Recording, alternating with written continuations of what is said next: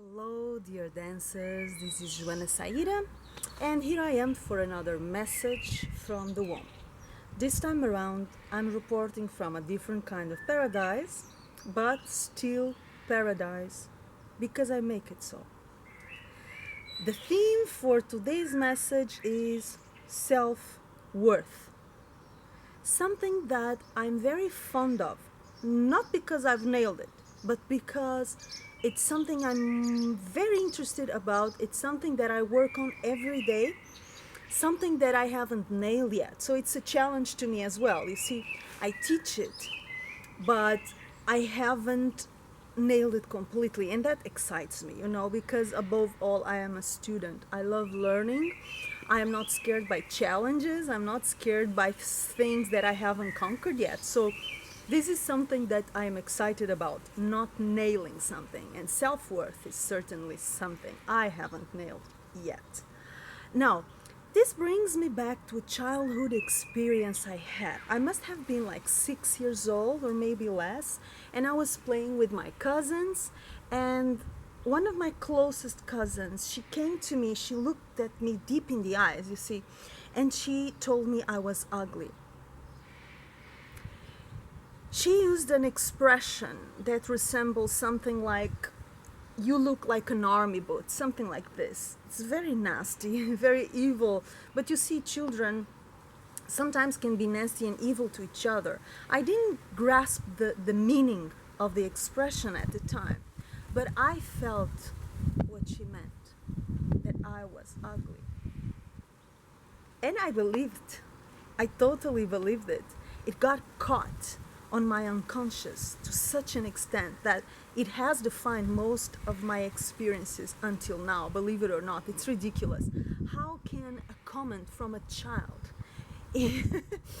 when you were 6 or 7 years old can mark your whole life? You see, it's crazy.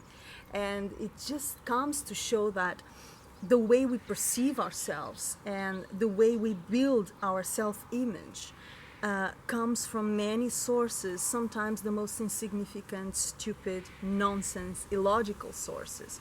So as adults, we have to redefine, review, rethink all the ideas we make of ourselves. Why? Because if we believe we're not worthy, if we believed, as I believed for many years, that I was as ugly as my cousin told me, looking in my eyes, then everything that we do in dance as in life will be colored with that lack of love, of self-worth. So you will not have the confidence to be your best self, to dance your best self, to push yourself towards dimensions that you don't believe you can reach because you don't think you're much anyway.